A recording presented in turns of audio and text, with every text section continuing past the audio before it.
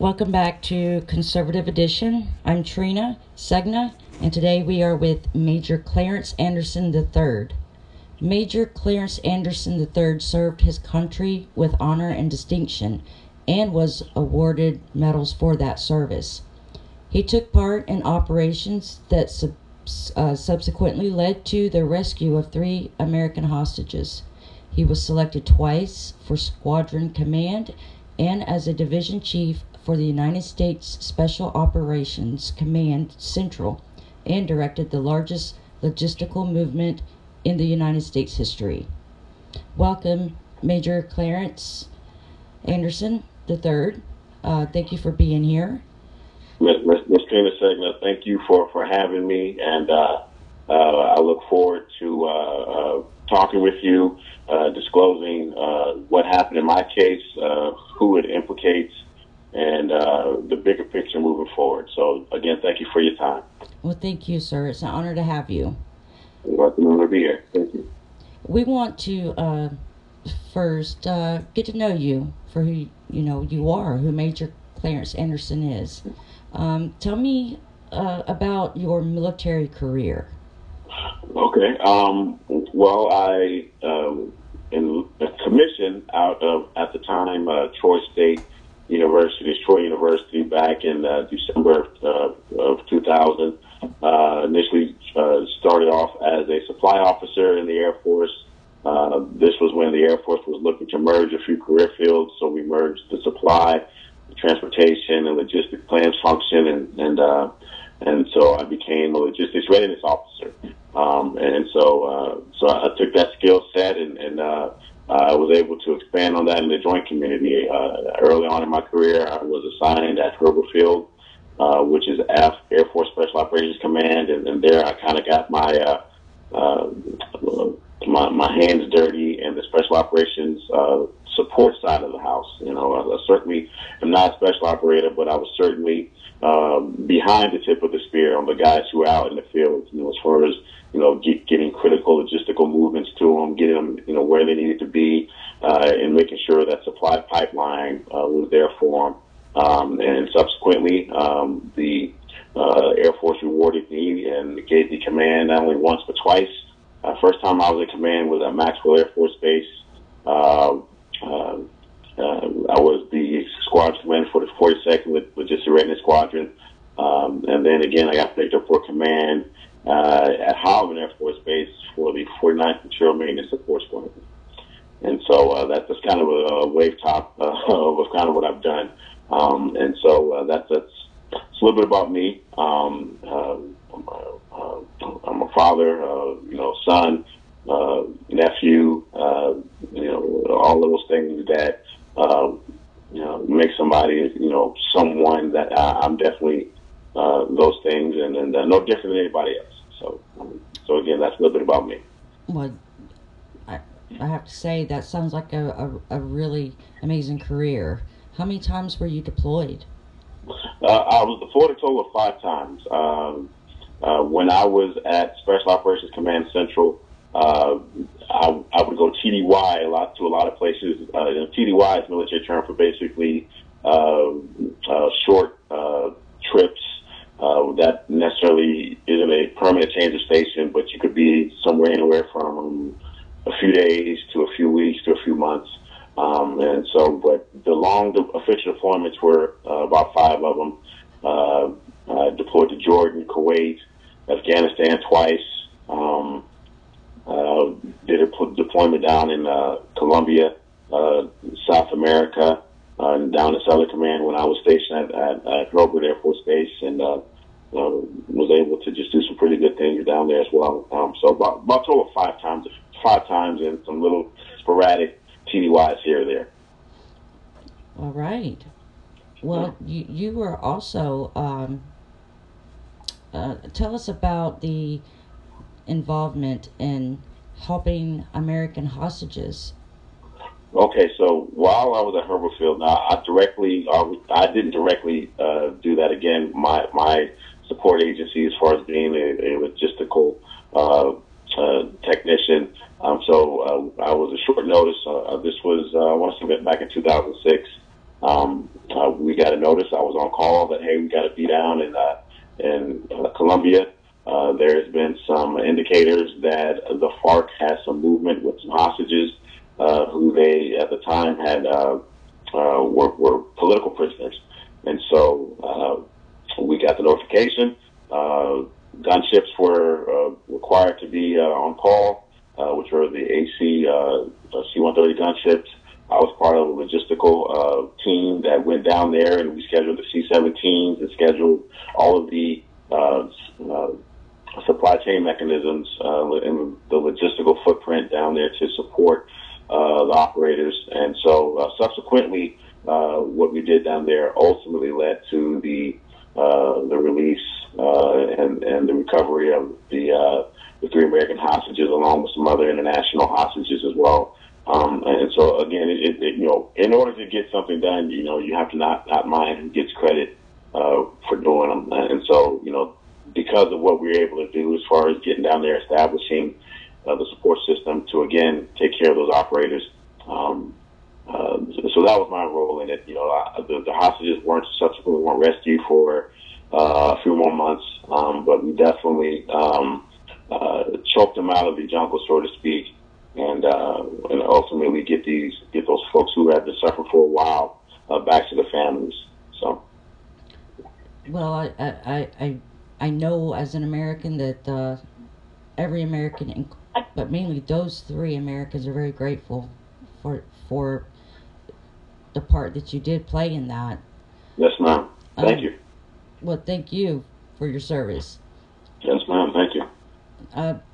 Tell me about the awards and accommodations that you've received for over your military career. Yes, ma'am. So I've gotten I've gotten several achievements, accommodations, global war on terrorism medals. Probably my 2 most significant ones was my Defense Meritorious Service Medal in particular. Back in 2008, when I was deployed to Kandahar, Afghanistan, and this was at the time where Kandahar was one of the most dangerous places in the world. This is in 2008. I was deployed with actually ISAF, which was International Security Assistance Forces under NATO, and so I was a young captain. I'm sorry, more of a mid to senior captain, and so I ended up being in charge of all of the civilian ISAF cargo missions that were flying in and out of Afghanistan. The DoD had contracted out some civilian assets to fly some of our supply chain missions to a lot of our small installations that a lot of our soft guys were at. And so subsequently I was awarded a Defense Meritorious Service Medal for that. And then I also received another one for being at Special Operations Command Central, where you cited in my introduction. I was a division chief for the J4 Directorate, and so I was in charge of moving our soft operators anywhere in the Central Command area of responsibility, and then that's where Operation New Dawn was taking effect, and so I directed the largest soft logistical movement in the history of special operations, where we moved all of the cargo and equipment out of Iraq and back, redistributing to the Department of Defense industry, so inventory. So, so those were my 2 probably most significant medals personally received, but I certainly was on the helping hand of helping so many others receive theirs as well. So a little bit about what I've done, and then those probably 2 most noteworthy medals that I received while serving. Well, again, very amazing career and amazing accomplishments. Thank you. We're going to move into the court-martial. Okay. Tell me exactly what you were, what your court-martial was for. Yes, ma'am. So in 2013, my wife and I, this is when I was in command. at the 49th Mature Maintenance Support Squadron at Harmon Air Force Base. And we were going through a divorce. Subsequently, I learned about an affair. I filed for divorce. Was awarded joint custody of her daughter. And so this is when she and her mother reported to my leadership that while I was married to my wife, that I sexually assaulted her by rubbing her breasts and digitally penetrating her without her consent. So with no evidence other than her testimony, no DNA evidence, no forensics. Even I took the stand and said I didn't do it, and which subsequently led to my court-martial and my conviction. So those were those were the sexual assault accusations. But then she any other accusation she could think of was substantiated at all. They charged me with it and later convicted me of it. Matter of fact, there was we even had police officers testify at my court-martial that there was never any evidence that I committed a crime. I was never ordered to go to pretrial confinement. There was nothing, only my ex's accusations, and so which I always thought was strange that when you have the threshold to get arrested is low. And the threshold to actually get a conviction is high. So I didn't even meet the low threshold of getting an arrest, but yet I was charged and later convicted. And so those were the circumstances that led to my charges, and then subsequently my conviction. Okay, so in your own words, what do you think is the root cause of these allegations that she made against you? Well, the root cause is custody. As a matter of fact, right before my court-martial, she contacted her divorce attorney and contacted my divorce attorney, and she says that if I gave her custody of her daughter, then she would not testify at my trial. And so I told her no. I said, told her, basically relayed that, my love for my child is not for sale. And so her attorney's response was, well, we'll see you in court-martial. And so we presented this evidence to my convening authority, and also the Air Force Court of Appeals. And both turned a blind eye to it, didn't even really respond to it. And again, this shows the motive of the reason why these accusations were tossed. Again, you have the motive, such as, say, look, if you don't give me custody of my daughter, I won't go forward with this. And the crazy thing is, Ms. Segna, that one of the charges that I was found not guilty of was when she alleged that I punched her in her face so hard. Now, I'm 6'1", about 230, 235. My wife was 5'4", about 130. She said that I punched her in her face so hard that I knocked her on the ground. I continued to punch her another 5 or 6 times in the face. But then testified there was no black eye, there was no bruising whatsoever.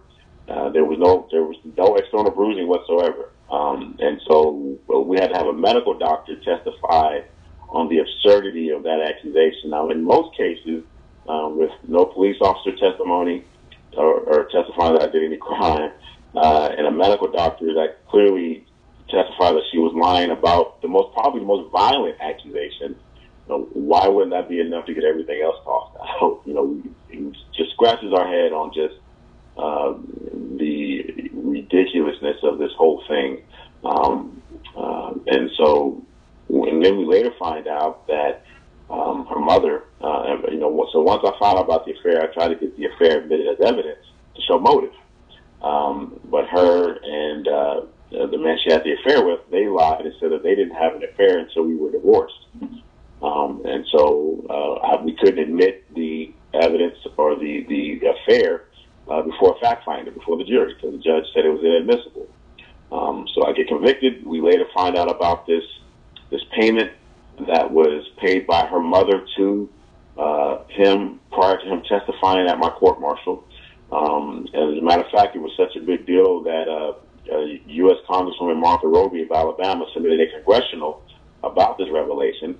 The Air Force responded back to Congresswoman Roby and told her that that my convening authority had authorized a post-trial hearing, and that the military judge would have full authority to rule on any motion that my attorneys submit. So for example, if we will file a motion for a new trial, he will have the authority to rule on that.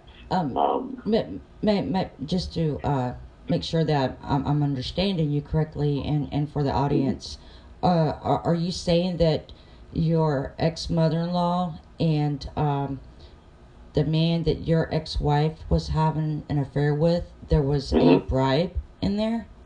Yes, there was a payment of. We found out there was $100,000 paid in benefits. Yeah, paid in benefits to him right before he testified, right before charges were brought against me, and subsequently right before he testified against me at trial, because we were trying to admit that they were having an affair. And so not only did she get pregnant by him, but she also had a baby by him. But they denied the affair. The judge said, "Hey, this is inadmissible." We later discovered that her mother paid him $100,000 in benefits prior to testifying at my court-martial. And so we got a post-trial hearing, presented this evidence, and I can tell you how crazy this was in the segment, is that I requested the FBI to investigate these matters. These were civilians. And I cannot think of any time in American history where you have suspected defendants that are testifying in a federal tribunal suspected of crimes, and there's no investigation to go with their testimony. And so basically the Air Force thought it was just enough to put them on the stand, don't request no emails, no text messages, nothing. And because we certainly could have had the FBI get this information for the Air Force, but they didn't want it. And so they put them on the stand, and they ended up admitting that they indeed were having an affair. Matter of fact, so we found out about the payment when my mother, after my court-martial, she called them, and it was on a recorded phone call in Alabama and New Mexico are one-party states where one person only need one person to know that there's recording. And so he admitted to being paid. Initially, he said $10,000. At the post-trial hearing, it was $100,000. But he also admitted to my mother that he was indeed in a relationship with my wife a month prior to her sexual assault accusations. And so this proved that they were actually indeed having an affair at the time of our marriage. So now they just perjured themselves. And so we tried to, at that moment when the discovery was made, we tried to file a motion for a new trial based on perjury. And this would also, we could also further develop the evidence of why the payment was made. But the military judge determined that, and the government determined that the military judge did not have the authority to hear any new evidence or order a new trial. Well, again, this conflicts with the military court-martial rules, particularly military court-martial rule 1102 ECHO, which specifically says the military judge shall take such action as appropriate at a post-trial hearing.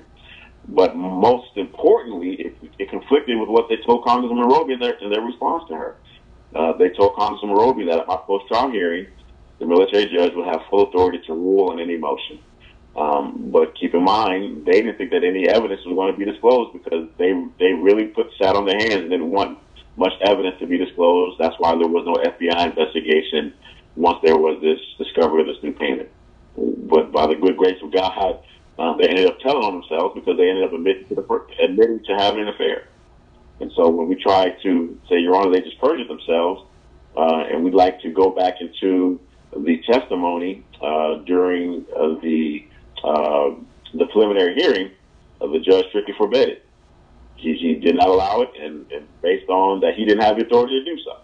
And so what he told us was to go back to the convening authority. So my convening authority at the time was Lieutenant General Mark Nolan, the 12th Air Force Commander at the time, and request another post-trial hearing to further develop the revelation that was disclosed in our post-trial hearing.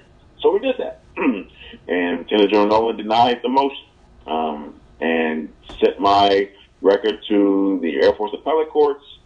And the Air Force appellate courts ruled that at my post-trial hearing, that the military judge, because the trial record was authenticated, and let me explain that to you real quick. And so a court-martial record gets authenticated. So once you have your court-martial, the judge and both attorneys for the government and the defense basically review the trial record, the military court-martial record, which is, all the testimonies. And once they're done with that, it gets certified, and then that process authenticates the record of trial. So the military rules state that if there is any new evidence, prior to that trial record being authenticated, the military judge can call a post-trial hearing and evaluate the evidence. After that trial record is authenticated, the only one who can call, and if there's new evidence, the only person that can call a new trial or post-trial hearing is the convening authority. And so at the time, my court-martial was in April. My trial record was authenticated in July. The convening authority, Congressman Roby, submits to congressional in September of 2015. The Air Force responded back in October 2015, stating that the convening authority, per the court-martial rules, has authorized a post-trial hearing to evaluate this evidence. And so the Air Force Court of Criminal Appeals stated that that after authentication of the record, military judge does not have the authority to order a new trial. Well, that's clearly not true. Again, the military court-martial rules, RCM 1102, allows that. But not only that, the Air Force, in another case 2 years prior to mine, I think it's United States versus Roy, where a military judge, after the record of trial was authenticated, had ordered a new trial at a post-trial hearing. So not only did they go against the military court-martial rules, they contradicted what the Air Force had allowed 2 years prior to mine. But most damaging, now you've told a false official statement to a member of Congress. And so the penalty for lying to Congress is steep. And so at the time, we were trying, when I was incarcerated, my mother contacted, so this happened under the former Secretary of the Air Force, Deborah Lee James. And so once she was no longer the Secretary of the Air Force, she got caught up in unlawfully influencing a court-martial. And so Dr. Heather Wilson took over. So my mother emailed Dr. Wilson and revealed to her everything that happened to me in my court-martial. And so Dr. Wilson, we explained to her exactly everything that I'm explaining to you. Dr. Wilson stood by the Air Force decision, said that they didn't lie to Congressman Roby, and that the military judge did not have the authority to evaluate the evidence or order a new trial. All right? And so I subsequently tried to file appeals to the Court of Appeals for the Armed Forces. They didn't want to hear it. And so when I filed my lawsuit in federal court earlier this January, and as the government's time to respond to my lawsuit, this is when Dr. Heather Wilson all of a sudden announces that she's resigning as the Secretary of the Air Force. And so there's so many layers to this thing. But probably more damaging than that, if you can believe me, is that in 2017, the Department of Defense Judicial Proceedings Panel, which is a panel of civilians that were enacted by the Department of Defense to do a health assessment of the sexual assault climate in the military. So this was sanctioned in the National Defense Authorization Act of fiscal year 2013 under the Obama administration. And so they want to do a health assessment to determine if the policies and practices implemented under the Obama administration were working. And so this group of civilians, it was about 15 of them, I believe. They went to 28 military installations, and the findings from this report was produced in 2017. And members of Congress have done have done their best to bury this report, but the findings were staggering.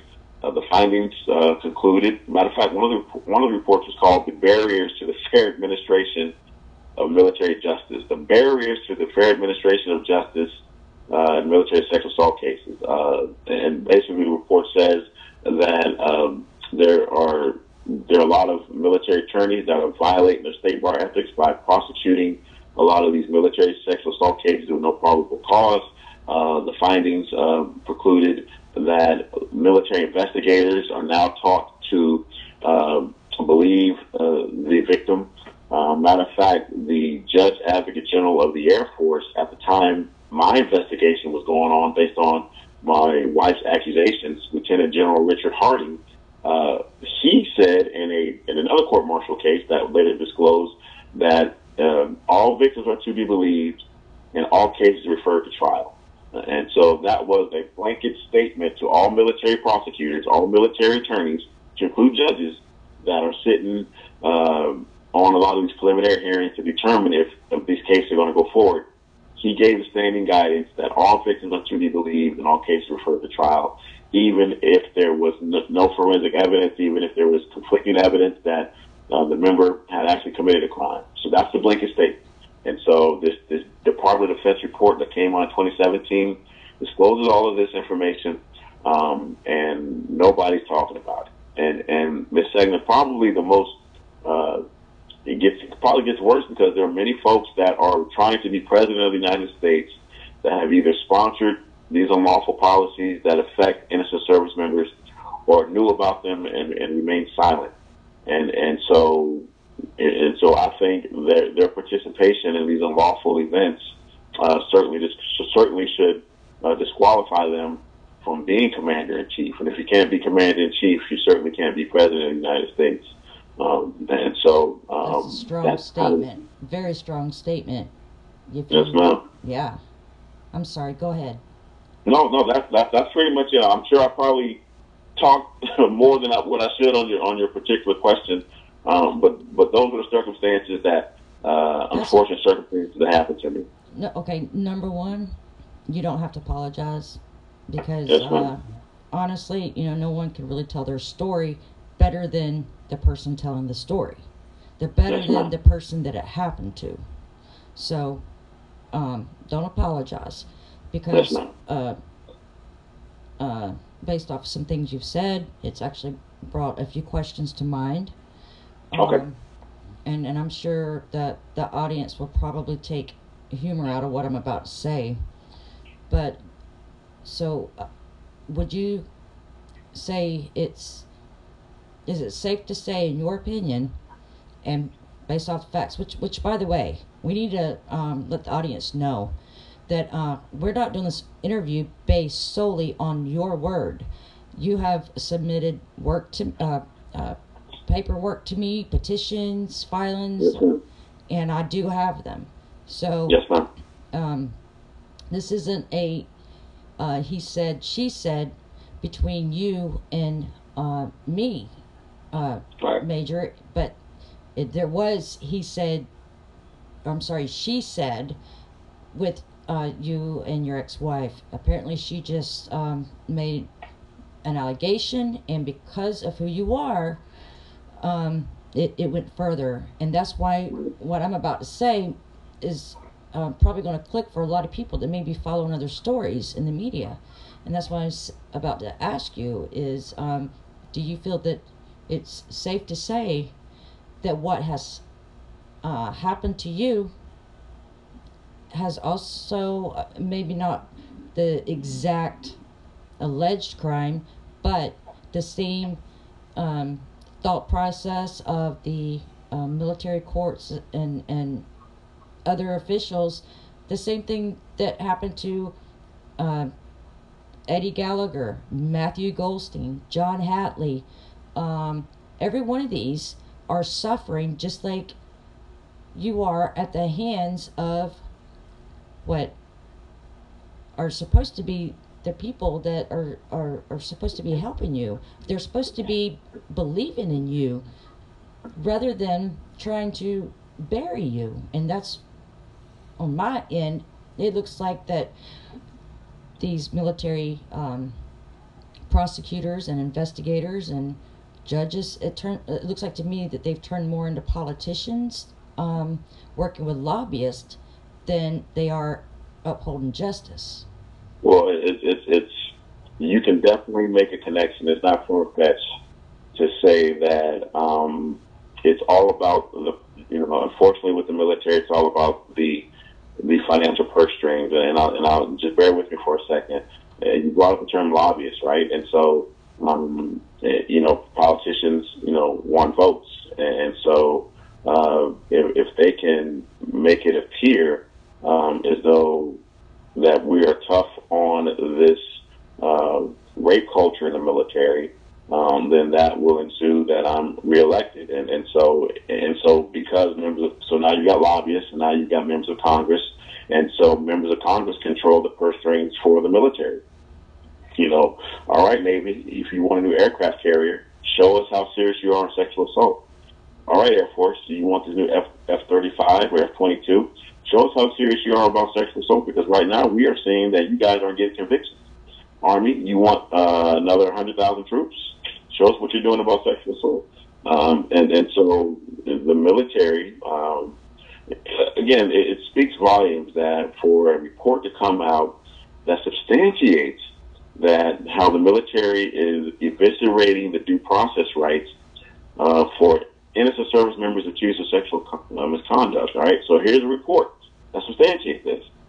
But instead, senators like Senator Christine Gillibrand at one point was having the Commandant of the Marine Corps front and center about allegations from a Christmas party where I believe a major had touched a woman inappropriately. The Marines did an investigation, could not substantiate it, and so the major was not charged. And so the lobbyist for the young lady went to Christine Gillibrand, and so Senator Gillibrand called the Commandant of the Marine Corps out and says, "What are you doing about this?" All right. Now keep in mind, they ran an investigation. What else can you do?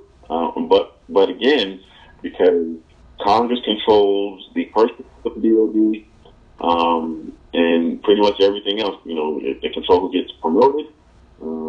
They can basically redline general officers who are trying to get nominated by the Senate to the next promotion, and so a lot of this is political, and so you can definitely tie a line to not only my case and Chief Gallagher's case and others, but also there was a Navy SEAL, Keith Berry, who I was incarcerated with. We were in the same dorm together. His conviction was overturned because it later found out that the Judge Advocate General of the Navy, all right, who's an attorney, the senior prosecutor for the Navy, unlawfully influenced his convenience authority and says, "Look, if you touch this case," because Keith Berry's case was, he was dating a woman. They didn't want to date no more. She alleged that he raped her after spending the night together, and then they went out for breakfast the next day. And so he later subsequently broke up with her, and so she hollered that he raped her that night. And so the convenience authority saw the record, and like, this is what happened here? And the reason why convenience authorities have the authority to overturn convictions at their level is because the military knows that service members have been implicated with, the way the military the jury is set up, right? You've got a senior, the highest ranking person sits in the middle with every lesser ranking person sitting on the opposite side of them. And so juries are heavily rank focused, right? So oftentimes they feel that they've got to either one, convict somebody because of the court-martial, or two, thinking like, well, I may not necessarily think this guy's guilty, but this senior colonel here really thinks this guy's guilty, and so they're just going to go with the rank structure. And so convenience authorities know that. Congress knows that, and that's why military convenience authorities have been granted the ability to grant clemency on cases that they just know that they're sitting independent from pressure from rank pressure to make an independent decision.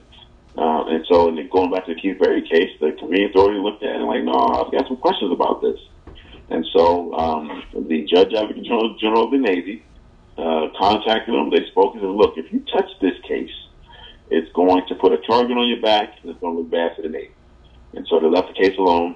As a matter of fact, when he submitted his appeals for review to the Court of Appeals for the Armed Forces, initially they denied it. They said there's nothing to see here. And so it wasn't until his convenience authority was, upon his retirement, submitted an affidavit and said what happened. And then the Court of Appeals for the Armed Forces rescinded their first decision to deny it, and they took it and subsequently granted Chief Berry his appropriate merited relief and overturned his conviction.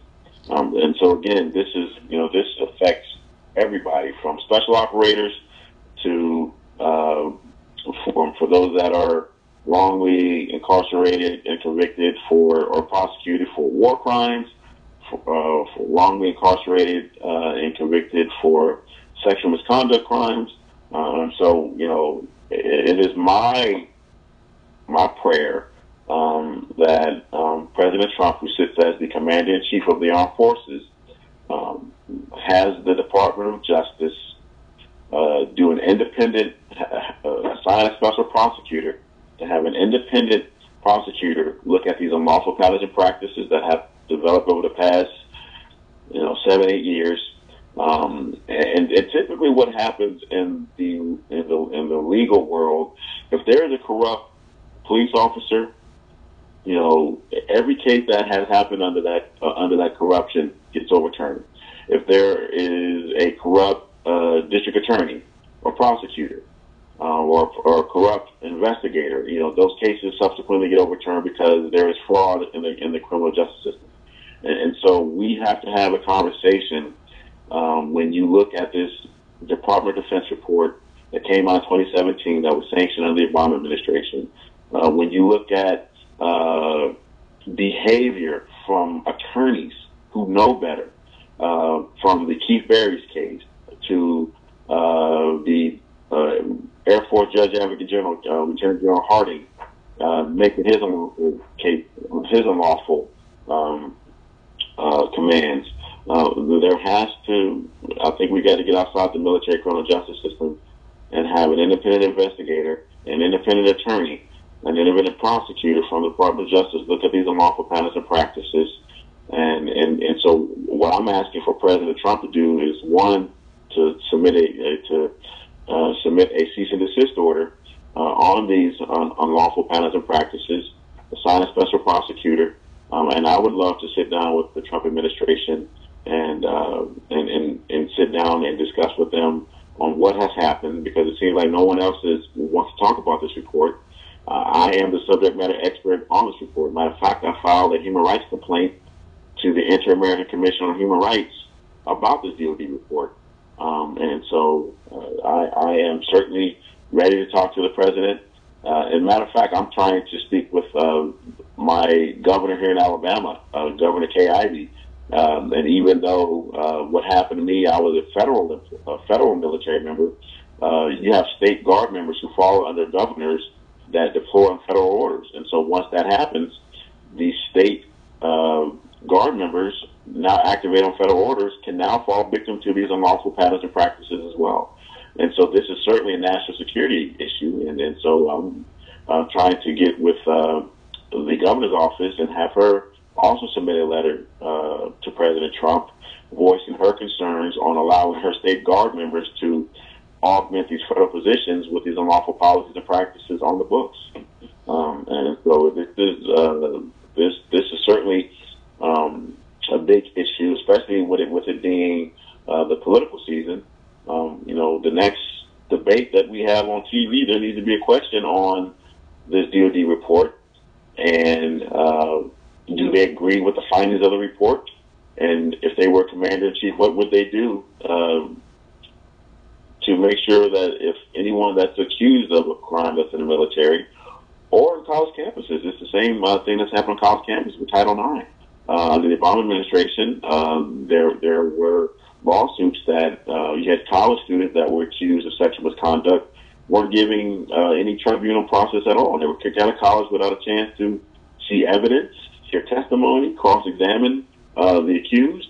And so now there is a class action lawsuit against the Department of Education based on these unlawful patterns and practices, again, under the Obama administration. So I'm not here to talk politics. I'm here to speak truth. And so we need to get some attention on this because it's a national security issue. Once it goes out that the American public is known, has been made aware that a Mexican drug lord will have more due process rights, or a Somali pirate in the Indian Ocean, or an ISIS terrorist has more liberties and due process than those who serve their country, particularly when they're accused of sexual misconduct. Can you imagine what that's going to do for recruiting? Now, can you imagine? There's not going to be there won't be an American military because, number one, nobody's going to want to go in. Right. So you're going to have to enact a draft again, right? And so they're already starting that. They already want to draft, so, So, again, this is a national security issue. It is. It really is. And so we have got to get the attention of President Trump.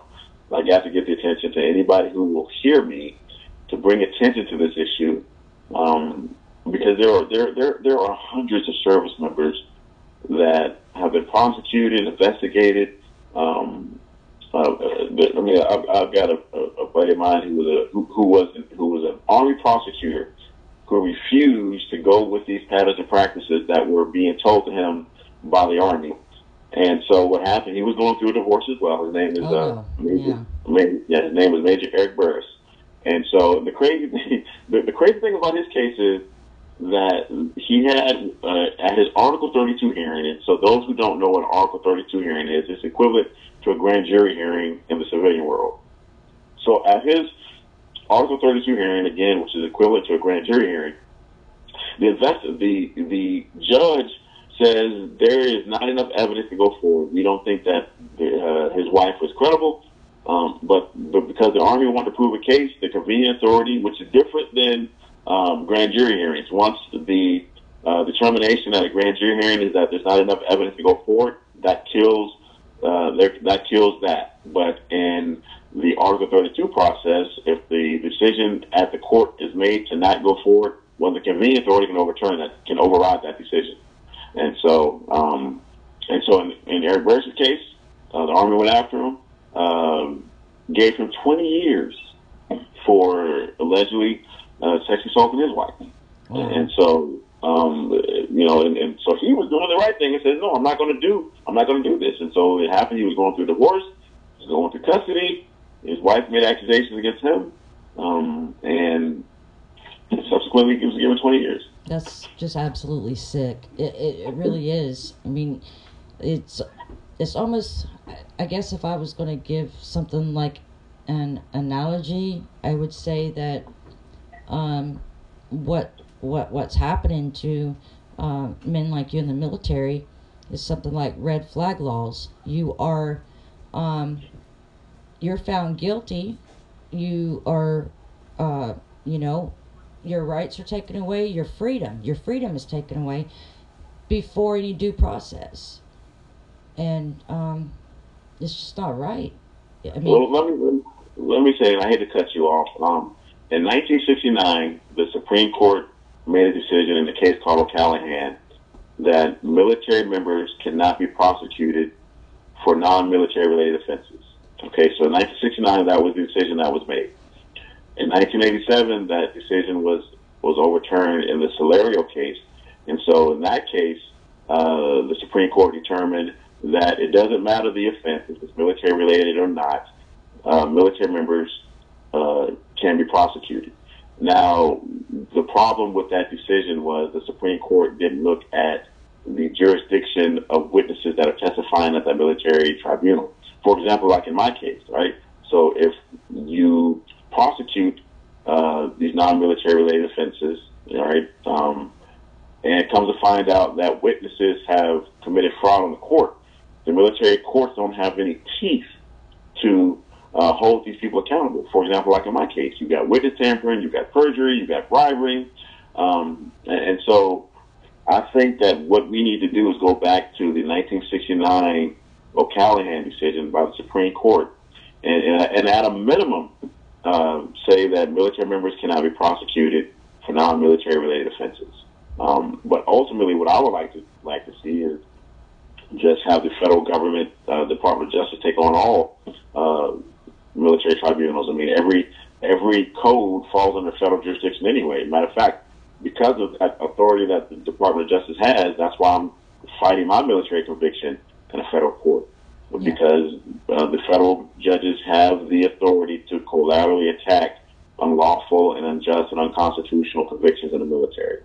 And so I think ultimately that's what we need to do. But this is why, as you can see, I need to get in front of President Trump to provide some common sense approach to this, because the folks that are wearing a uniform aren't going to put themselves out there to speak the truth, and two, probably just don't know enough to talk about it. But I've been through the gauntlet of this whole thing, and now I'm able to tell it from a commander's side, from a person who's wearing the uniform, also from a member who was wrongfully incarcerated and sat in prison for 3 years, and have just seen the legal process, the legal system on the other side. I don't think anyone is probably more qualified to discuss this with the president than me.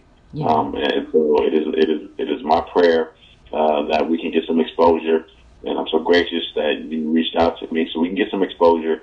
And again, this isn't about politics; it's about the truth. It's about your life. I mean, your life itself is not political, but what's being done to you is probably way worse. I mean, it is worse. I mean, and I think I'd have to agree with you that, I mean, based on recent years of cases, it's obvious that the military court is out of bounds, out of hand, and fraudulent. So someone does need to take over, like the Department of Justice investigation first, but there should be prosecutions. But hey, I won't hold my breath on that one, because, you know, they got to know this is happening. If they don't, I think you are the best voice to get that out there. Yes, ma'am. I'm sorry, you go ahead. No, go ahead. No. This platform is for your story here. That's why we're... Right. Well, what I was about to say and the effects are devastating. I mean, I was just about to ask you exactly what you've, I mean, I'm sure there's got to be big, career loss, financial loss. There's got to be, it's got to bear on the mind and start dating it. You take the floor, and you tell what your life has been like, what you've been through, so that people out there, hopefully people meaning the President of the United States, could hear this. Well, I went from being a decorated, proud service member to being incarcerated, thrown in solitary confinement, thrown to once we released, I'm a registered sex offender. And so I've got a master's, all this experience, and the only job that I can get because of my conviction and because of the restrictions on being a sex offender, I can only work at a Arby's restaurant inside of a Love's gas station. That's the only job I can find. My skill set, my experience, my knowledge, my abilities don't mean anything because of my conviction and the fact I have to register as a sex offender. I can't have my children spend the night with me because of the sex offense laws. And matter of fact, my daughter that I have with my ex, I can't even talk to her because the sex offense laws state that you can't have any contact with the victim, or indirect contact. So me contacting, trying to talk to my daughter, who I haven't talked to in 4 years, seeing her, talk to her, anything, doing so would be a violation of the sex offense laws, and I'd be subsequent to more charges. And so it's devastating what I've gone through, and not only about, but not only that, but the secondary effects of your family. I mean, upon my incarceration, my father had to be admitted to the hospital. My mother is an epileptic, and so she's constantly battling epilepsy. I haven't seen. I mean, it's just devastating what has happened to me, and those who go through this process. Chief Berry was talking about that he trying to be an Uber driver and couldn't, and it's just, this is what's going on, So yeah, it's been hell. It's been hell. It's been hell. Yeah, and that's an understatement. That's, people don't really realize. They hear your words, but until they've lived it like you have, they really don't get it. So that's awful. Tell me where you're at now as far as are you still fighting? Is there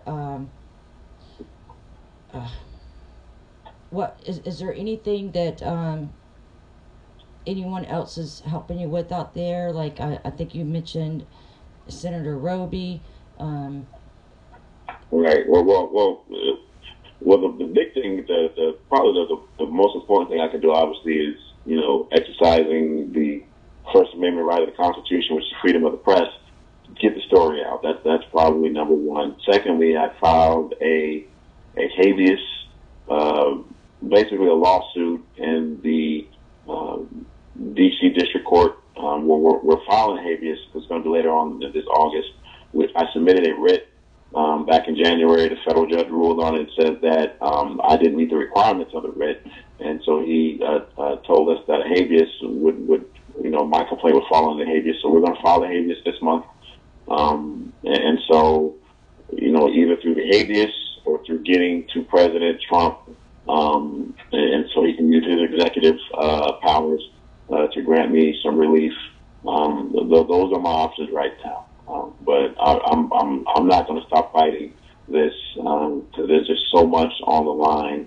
Just my good name, my reputation, and just my consciousness. I know I didn't do it, and then for the military to turn a blind eye, to manipulate statements. For example, one of they took a text message that I had with my wife. And so this is when I was actually going through my divorce. I filed for divorce when I was stationed in Tampa. And so after she had assaulted me, I restrained her, put my hands on her. And so the text message, I said, I don't like the fact that I put my hands on you, And so keep in mind that right. This is the exact same thing that I told the investigator. Matter of fact, I was granted a restraining order against her because she put her hands on me, and I put my hands on her to defend myself, to restrain her. And so the government took that statement and made it appear as though, see, he admitted that he put his hands on her. No, you know what I'm saying? But this is, nor do they admit to the fact that, the police officers investigated and found there was no evidence of a crime. And so, again, it's just a manipulation by the military to manufacture convictions, use statements and mislead them and do all these other things to get a conviction. And so we've got to put an end to it. This is not how you take care of the defenders of folks who take care of this country. And quiet is kept, Ms. Segna. If we want to really, talk about it, we probably should take a knee for those who serve in the military. Based on, at the national anthem, based on this DOD report, based on the evidence what the military is doing to manufacture convictions. If you want to talk about taking a knee, we need to take one for those who serve. Yes. Yes. I agree to that. And before everybody gets, oh no, he didn't say that. That's not what you said. You're talking about the injustices. You're not saying take a knee for the flag because you serve that flag. You're saying take a knee for the injustices against people like you at the hands of somebody who, my understanding is when you join the military, you pretty much are given your freedom over to a form of government, and trusting a form of government to serve for. So you're giving them your whole life, right? Yeah. And in return, they are taking your clothes and kicking you to the curb on a snowy night. That's what they're doing. They're drowning you in a sense. And I'm going to say this for everyone out there that are probably thinking, well, you know, this is the only time she's talked to him, so what does she know? No, me and Major Anderson have had a few conversations since I reached out to him, he reached back. I look, this man, if you look at his Twitter, it's very clear that he's innocent, because this is what he's talking about. He's not talking politics. He's not talking anything else. He's talking about this and what is happening to not just him. So, based off the conversations I've had within this man's faith, but even alongside that, what has been done to him, I don't think I could be as forgiving as this Major is right here. I mean, I don't. He holds no. I mean, I would be angry. And if he's angry, I don't see it. But what I see is something else. The fight for his life. Well, Trina, if I may say, if and I've said it before in other interviews, my faith, my belief in God, it has kept me from losing my mind. And let me say this: if I would have continued to harbor any anger, and it's really easy to do, I would not have been able to concentrate and able to hear from what our Father in heaven has instructed me to do. I mean, there are times when I'm laying in bed and I'll get an idea and I'll do it, But if I would have been consumed with anger and hate and the ability to not forgive, it would have affected my ability to get my message out or to listen to what I feel God is telling me to do. And that's how He works for me. Oftentimes it's something subtle that He talks to you on, and so you got to make sure that you're in tune to hear those subtle instructions. And I'll say this: anybody who wants to read about, I've provided Trina my petition for a new trial, which is a brief I submitted to the Judge Advocate General of the Air Force, and it discloses, and this is something I submitted under penalty of perjury to the Judge Advocate General of the Air Force to give to the Court of Appeals for the Armed Forces to disclose what happened to me. So and also my petition for reconsideration when the cap denied it. Again, I don't think the Court of Appeals for the Armed Forces wanted to highlight the fact that the Air Force had lied to a member of Congress, and so they did everything to avoid taking my case. And so please, if anybody's curious, Trina, please submit that to them along with my petition for reconsideration. They can see for themselves the corruption that has happened in my case. And again, I submitted this under the penalty of perjury. What I'm saying is, if anything in this report is fictitious or false, then I am saying arrest me, right, and throw me in jail. So. And just with everyone listening, I'm sure they heard all the crimes that were actually committed against you, rather than the other way around.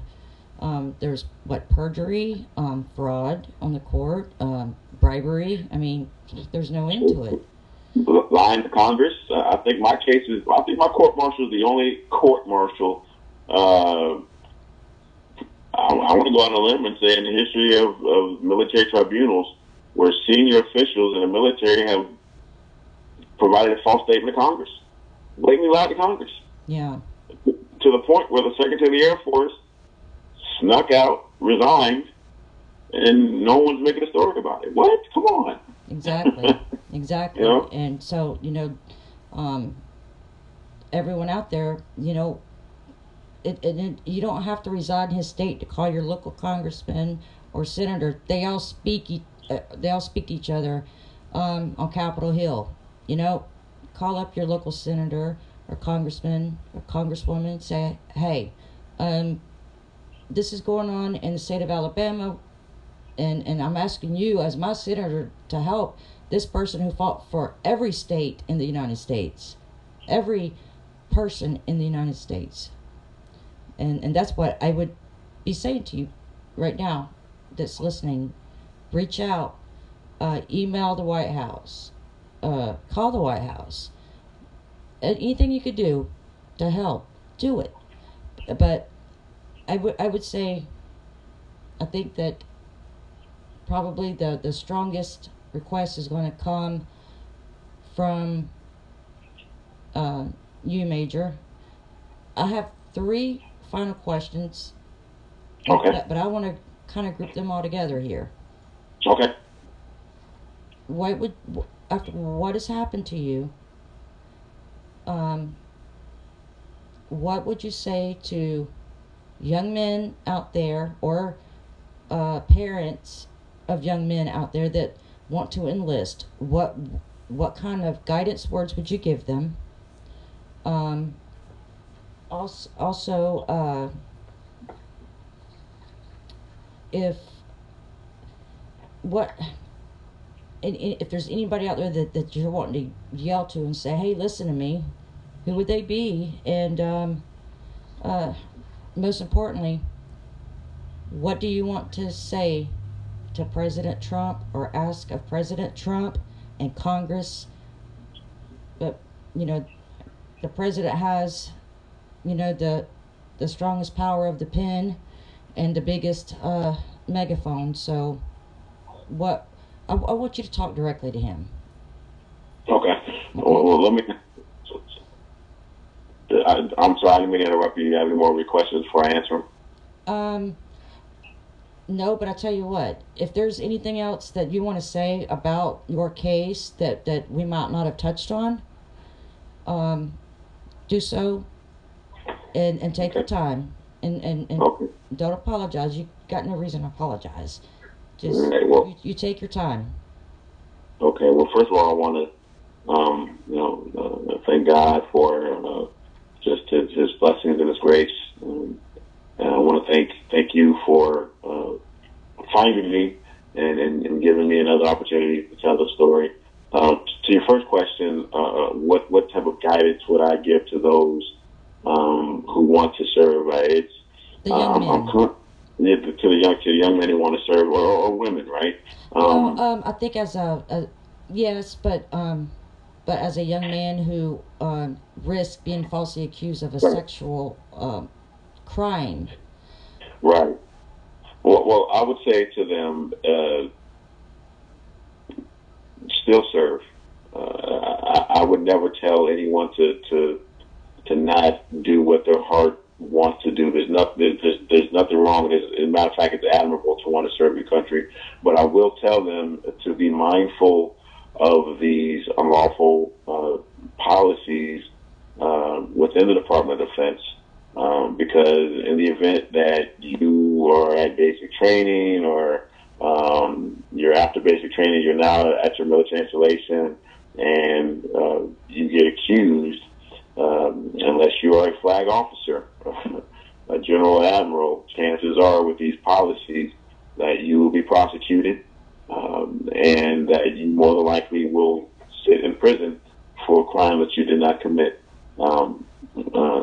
Secondly, what I would like to say to President Trump is, as the Commander-in-Chief, please pay attention to this DoD, Department of Defense Judicial Proceedings Panel report that came out in 2017.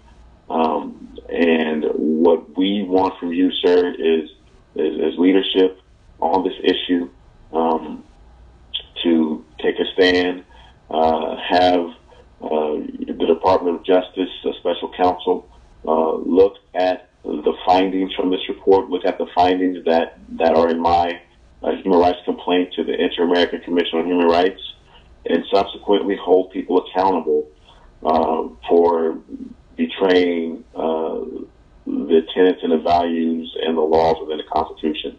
There are so many people that have unlawfully prosecuted service members and have gone on to greener pastures, thinking that they've gotten away with it. And so we want President Trump to be made aware of these unlawful patterns and practices, but then also call out those who were also running for president of this country and hold them accountable for sponsoring these unlawful policies, or and if they didn't sponsor them, if they knew about them, and have remained silent. I think the American citizen needs to be made aware of these disqualifying issues. And again, I'll say it again, and I'll say it: if you're disqualified from being commander in chief, then you can't be president of the United States either. Strong words, but very, very meaningful. Major Anderson, a Facebook page has been set up for him in his fight for justice. It's Justice for Major Anderson III. And there are other things that are in the making, petitions for the White House and such, that which we will get out there to everyone. Anything else, Major Anderson, on your end that is being done that the public could get involved in? Right now, I think we covered it in this interview. I've reach out to your representatives at both state and federal, right? Because you can reach out to your state representatives and say, hey, we have a concern because what happened to Major Anderson can also affect our state guard members. Yes.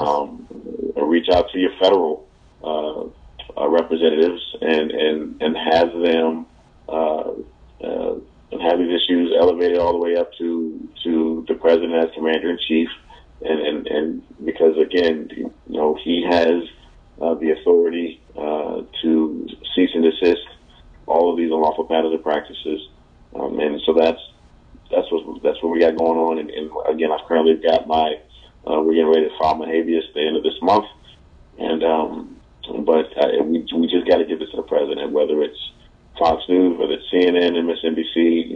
I don't care, but we need to get this information out. Whoever wants to talk to me, I'm ready, and to discuss these issues in any form that's necessary. Yes. So. And if as other things come out, we'll make sure that we get it out to the public to help him. Major Anderson, again, on behalf of all of us, we want to thank you for your service and your sacrifice to this country. And we want to thank you for joining us this evening. And we really hope and pray that this makes a big difference for you. Yes, ma'am. I believe it will. So thank you. Thank you.